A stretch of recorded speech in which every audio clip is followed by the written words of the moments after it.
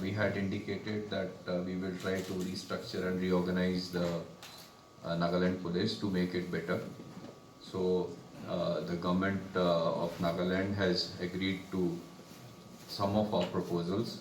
Honorable DCM to please make a statement. Department in charge of for whom I would like to highlight certain issues concerning with police department in particular. As indicated by me earlier, the Nagaland government has set up a high-level committee headed by the DGP Nagaland to look into the restructuring and reorganization of Nagaland Police. It was felt that the state police has grown in numbers, but there is an urgent need to make it more efficient on functional and operational lines so that it can effectively deal with current problems as well as for the future. The Nagaland Police is predominantly armed police centric with the NAP-IR Battalions and armed branch comprising almost 75%. This may have been a requirement in the past, but with changing times, we need to reorient and refocus on the investigation and related functions like forensic and prosecution, etc. Our manpower and resource allocations are skewed towards armed police duties and not towards investigation and law enforcement in the past. Numerous posts and branches have been created without proper allocation of commissioner resources, and often such posts and the officers assigned have remained virtually non-functional. Hence, there is a pressing need to rectify such situations so that the faith and trust of the public and society can be established and enhanced. Modern policing is more about establishing the supremacy of the law through investigation and law enforcing rather than by brute force. Criminals should know that they would be brought to book, and for that the Nagaland Police needs to be ready and prepared. The committee will also recommend what are the gaps in resources so that we can make up the deficit. The committee will look into all aspects of policing through this exercise. A copy of the terms and reference of the committee are being shared here. Workable and genuine suggestions from the public are invited and are welcome so that together we can improve the department, the law and order in the state, and create an environment for better development and economic activities for everyone. War on drugs. The DGP Nagaland and Nagaland Police have launched a war on drugs during the last 4 months. During this period, systematic efforts have been undertaken to arrest criminals and disrupt the drug peddling and trafficking networks. In furtherance of the Honorable Prime Minister and Union Home Minister Nasha appearance, the State Police has registered 101 cases and arrested 143 numbers of criminals from various parts of the Northeast. The arrest persons include 6 number of police personnel also. We have also issued preventive detention orders for 7 personnel under the PITSN DPS Act, which allows the state government to put traveler and peddler under prevention detention. This has been done to disrupt the trafficking networks. Deterrence and prevention of criminal acts needs parallel attention from the law enforcing agencies.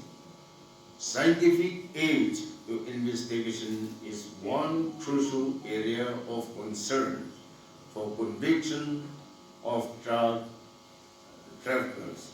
We need to upgrade and update our FSL unit, and for which the police department has to come up with tangible proposals and suggestions. Our government, under the leadership of our Honorable Chief Minister Sri Nipi Ryu, is committed to extend all possible help in these major concerns. Meanwhile, the state police has set up an anti-narcotic task force at a state level with a statewide jurisdiction and in the district to focus on these problems. I have directed the DGP Nagaland to quickly complete departmental inquiries against the police personnel arrested so far, so that we send a message of zero tolerance in the society.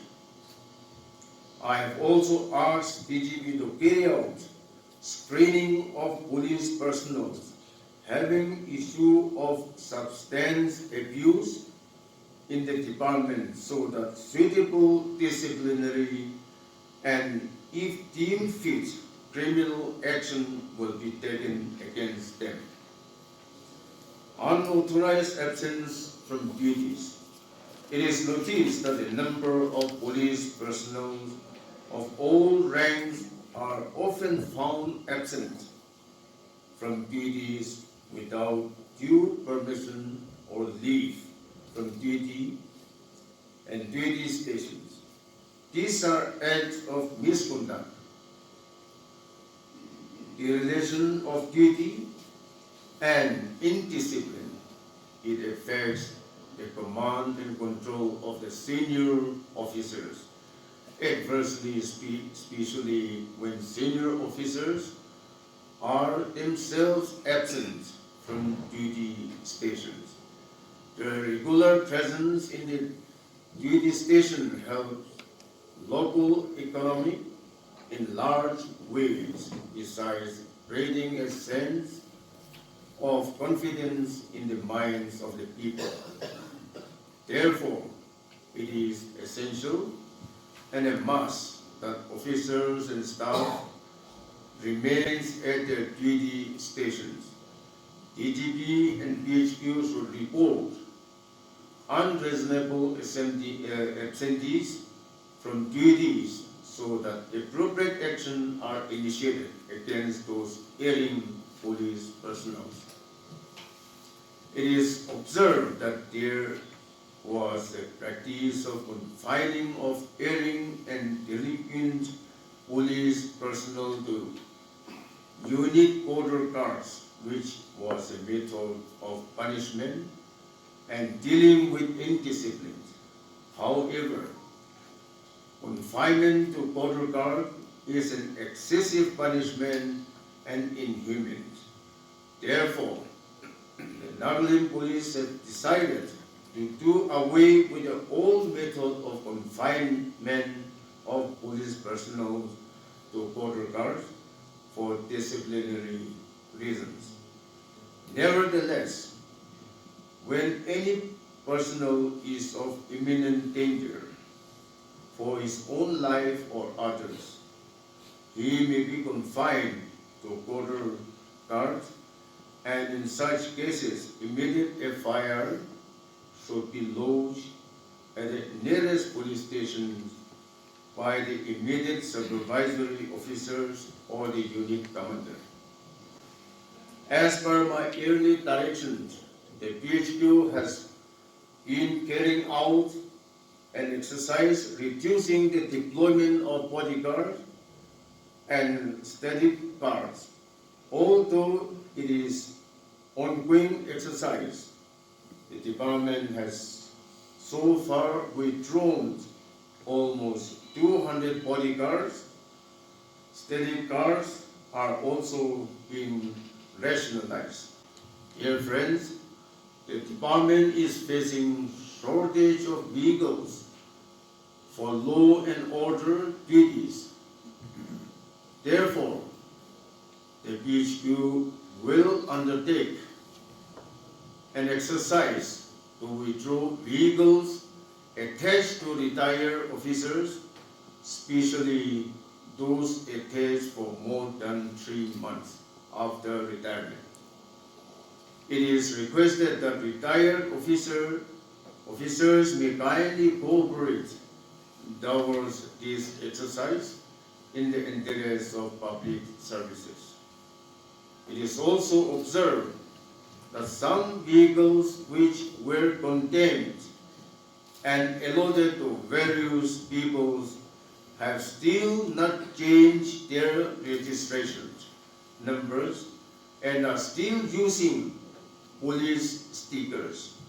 It is requested that such vehicles should re-register immediately, otherwise they are liable to be confiscated whether they are using old number or are being run unregistered or on applied form. As all these apparent exercise or initiatives being undertaken by the police department are in the interest and for the welfare of the people as a whole,